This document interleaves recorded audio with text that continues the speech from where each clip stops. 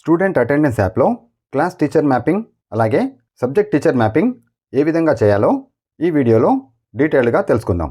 నా ఛానల్ని మీరు మొదటిసారి చూస్తున్నట్టయితే లైక్ చేయండి, షేర్ చేయండి, అలాగే సబ్స్క్రైబ్ చేసి సపోర్ట్ చేయండి. నేను అప్లోడ్ చేసే ప్రతి వీడియో మీరు వెంటనే నోటిఫికేషన్గా పొందాలనుకుంటే పక్కనే ఉన్న బెల్ ఐకాన్ని యాక్టివేట్ చేసుకోండి. ఇక ఆలస్యం చేయకుండా టాపిక్లోకి వెళ్ళిపోదాం. ముందుగా మీ మొబైల్ ఫోన్లో స్టూడెంట్ అటెండెన్స్ యాప్ను టీచర్ ఎంప్లాయ్ ఐడి మరియు పాస్వర్డ్తో లాగిన్ చేసుకోవాలి. లాగిన్ చేసుకున్న తర్వాత కిందకు స్క్రాల్ చేసినట్టయితే ఇక్కడ మనకు class and subject teacher mapping అనే ఆప్షన్ కనిపిస్తుంది. దానిపై క్లిక్ చేస్తే తిరిగి మనకు class teacher mapping, subject teacher mapping అనే రెండు ఆప్షన్స్ కనబడతాయి. ముందుగా క్లాస్ టీచర్ మ్యాపింగ్ ఎలా చేయాలో తెలుసుకుందాం. దానికోసం క్లాస్ టీచర్ మ్యాపింగ్ అనే ఆప్షన్పై క్లిక్ చేసి పైన కనిపించే మ్యాప్ న్యూ క్లాస్ అనే ఆప్షన్పై క్లిక్ చేయాలి.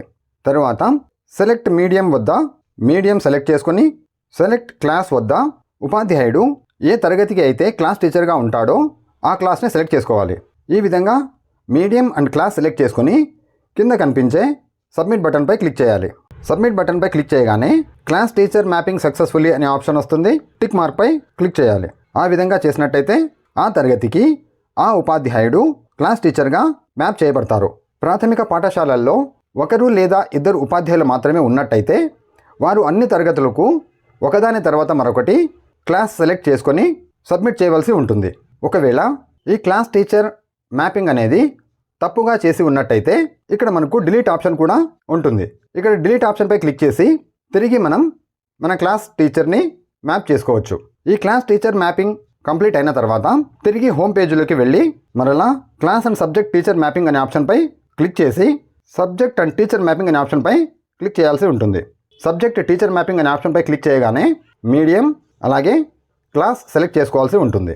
ఈ విధంగా మీడియం అండ్ క్లాస్ సెలెక్ట్ చేసుకున్న తర్వాత కింద మనకు సబ్జెక్ట్స్ అన్నీ డిస్ప్లే కావడం జరుగుతుంది.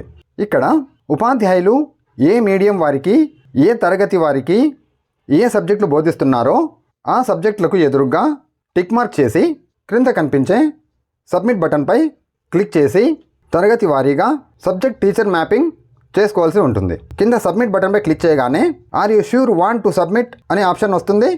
ఇక్కడ టిక్ మార్క్పై ఓకే చేయాల్సి ఉంటుంది. తర్వాత మనకు సబ్జెక్ట్ మ్యాపింగ్ సక్సెస్ఫుల్ అనే ఆప్షన్ వస్తుంది. టిక్ మార్క్పై ఓకే చేయాలి. ఈ విధంగా ఉపాధ్యాయులు ఏ ఏ తరగతి వారికి ఏ ఏ సబ్జెక్టులు బోధిస్తున్నారో అన్ని తరగతులు ఒక్కొక్కటిగా మ్యాపింగ్ చేసుకోవాల్సి ఉంటుంది.